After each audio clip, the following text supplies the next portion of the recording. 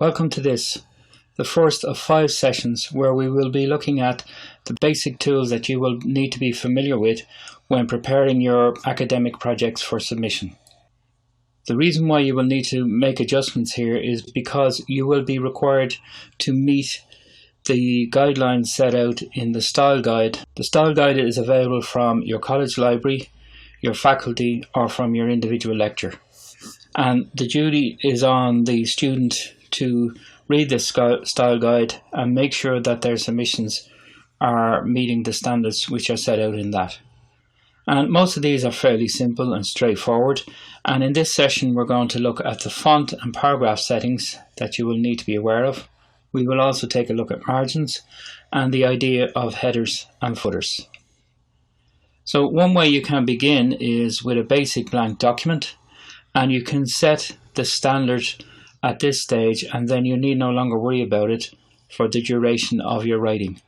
All of the standards that we're going to be setting will continue through that document and through multiple documents if you want to do that also. And this will ensure that while you are writing, you will be able to work away in the confidence that your document is meeting the requirements of your style guide. So the first thing we're going to look at is font. Now, all adjustments that you make within a word processing program can be made at 3 particular times. At the very start of a document before you begin to write, while you are writing, and at the end of a writing process where you will edit the document. By doing it at this stage, it is far easier to continue the document in the same style from beginning to end. So what we're going to look at is the options to set font and paragraph default settings. By setting the academic requirements of your style guide as your default settings, it means then you can open up a document and just begin writing in the confidence that everything is set the way the style guide requires it to be. So we'll begin by looking at font, and the basic tools in the font subgroup are the font typeface, and there's a whole range of them within there available on this drop down button. The most recently used are available here in a list of about 10. Below this you have an A to Z list, and there's quite a significant amount of fonts available to you in there. And each one is represented by its name and a preview of how that font would look in the document. So you can choose particular fonts that you need, but with regard to the style guide, you need to choose the font type that the style guide requires. You can also set your font size, and that is measured in points. And you can see at the very bottom here we have the number 72, and a capital letter printed in 72 point is actually 1 inch high.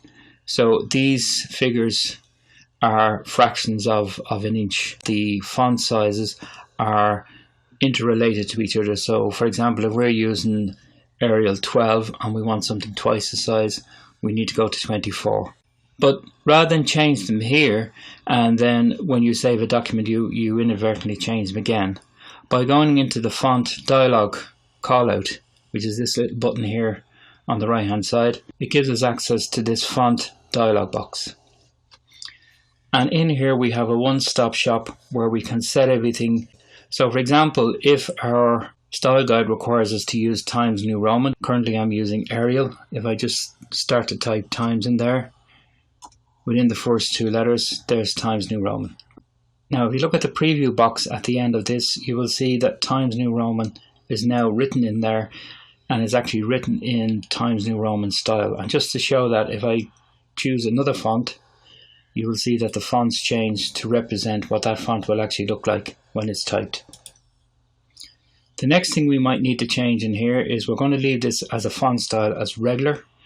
If we need to use italic or bold and italic, we can return to the font subgroup of the home menu and set those on and off as we require them. So we're going to set the font size to 12, but again check your one to make sure that that's the style and the font size that's required. Font color here is automatic, and basically what automatic means, it's black, but again we have a full range of colors there if we need them. The underline style is none.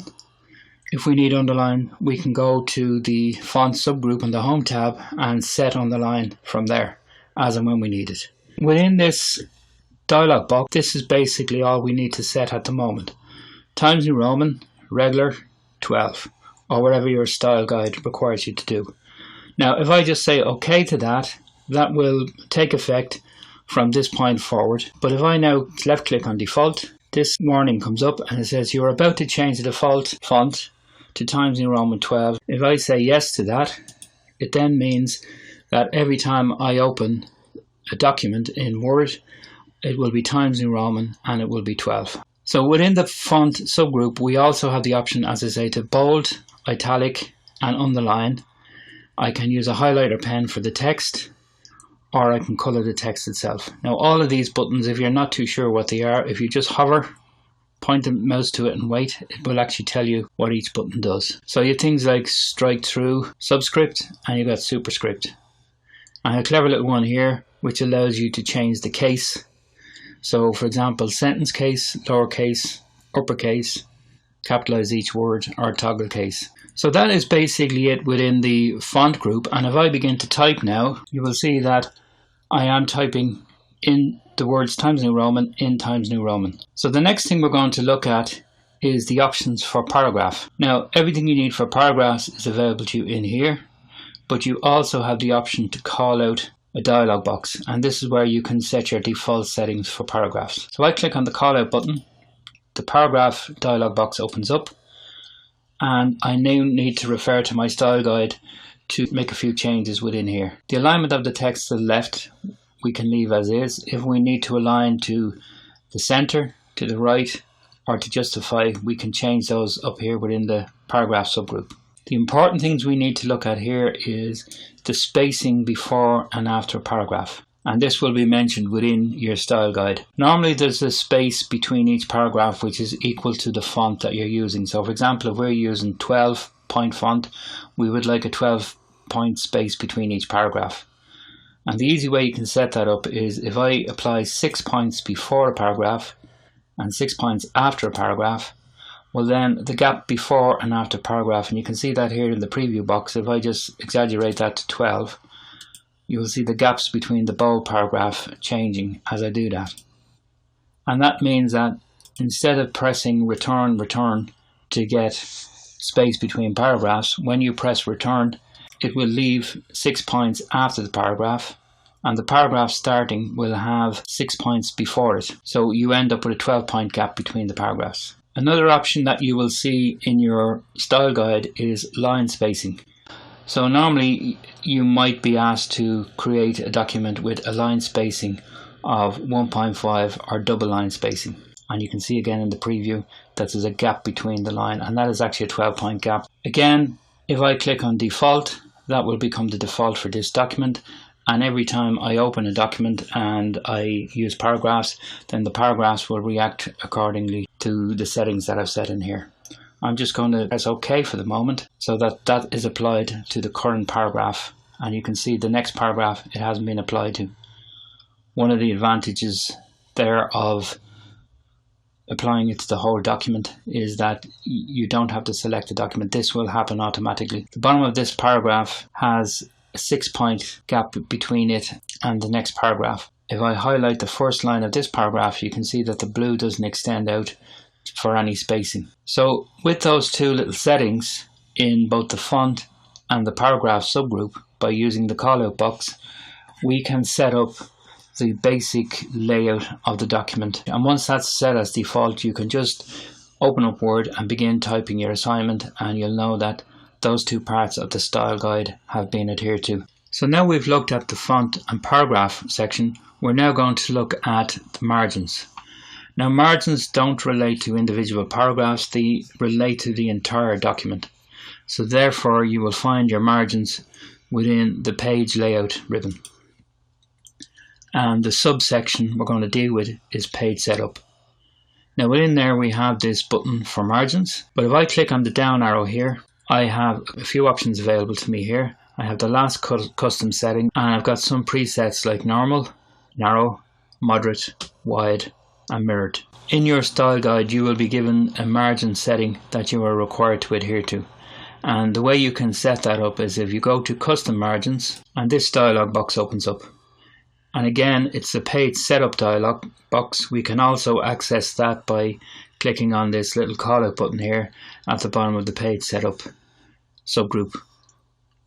But in here there's a couple of options that we need to look at. We begin with margins. Now there are 4 margins on every document. There's a top margin, bottom margin, a left and a right. And in your style guide you will be told the margin settings that you're required to set. So for example, if we say that the top and bottom margins should be as they are, 2.54, this thesis which you are writing is going to be bound into a book.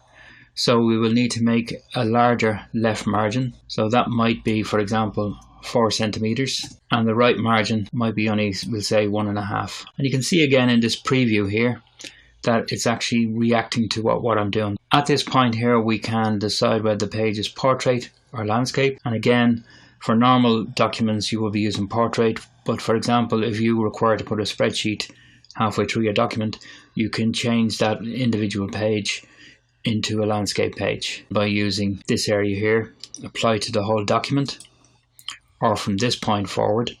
So a particular page needs to be a landscape, so you change the landscape from this point forward, and then on the following page change it back to portrait and from this point forward again. But other than that, all we're doing here now is we're just changing the margin. So we now have a 4 centimeter margin on the left and a 1.5 centimeter margin on the right. Now on the document nothing has changed at the moment, but when I say OK to that, or if I want again, I can have the option to set those as default margins, and you can see straight away the document has shifted over and I have my left hand margin 4 centimeters in onto the page, and our right hand margin is over here. We also have a top margin which is running across the top of the page, and at the bottom of the page we also have a margin. Now if I was to save that document, those margins will become part of the saving process. So as soon as I continue to type on from there, those margins will remain constant throughout. And you can see they're running right through the document.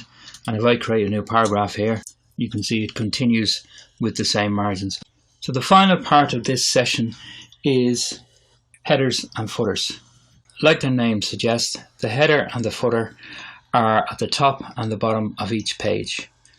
And they are used to put repetitive items into each individual page. So for example, if you require the title of your document at the top of the page and a page number at the bottom of the page, well then you would be using headers and footers. Now, there's a couple of ways you can access header and footer. In its most simplest form, this blue area here at the top of the page above the margin is actually where the header resides, and a double left click in there will open up the header and indeed the footer, which we'll see in a moment, and it also opens up the header and footer tools, and you have a design ribbon which is available to you when you're dealing with headers and footers. If I double click in the main document again, the header and footer disappears and I'm back and able to write in the main document again. So if I just double click there again, it brings me into this design ribbon for headers and footers. And I have the important things in there. For example, I can just quite simply type, and if I show you on a second page, you will see that that is now repeating on every page in the document. The other option with headers and footers is that you can have pre-designed headers and footers. So if I look at the header options here, I click on the down arrow. I click on the down arrow and I'm presented with a gallery of options for headers and footers. Some of them are quite elaborate, some of them are very, very simple. And again, refer to your style guide and that will tell you exactly what you need to put in. Mostly what you'll be asked to do is maybe nothing in the header at all, but you will require a page number. And page numbers are available to you here in the header and footer submenu of the design tab. And by clicking on page number, you can then choose whether it's going to be at the top of the page, the bottom of the page, in the margins, or at the current position, in other words where your cursor is. Normally it will be bottom of the page and in the center. So if I click on that, and you can see that at the bottom of the very first page I have a number 1, and at the bottom of the second page I have number 2, and so on and so forth. So again, I'm going to double click back into the document and you'll see that the header and footer guidelines disappear and I'm left with my number. So the other option you have is go to the insert ribbon and select either header or footer. You also have the option for page number there. So those are the basic tools that you will need to set your document up to meet the requirements of your style guide. Take a little bit of time to make sure you understand what they are and that you have your settings exactly the way you need them to be. But once you've done all those things, you can then begin to get down to the important task of writing your assignment. And those valuable points that you get for adhering to the style guide are in your pocket, and then the document can do the rest of the work for you.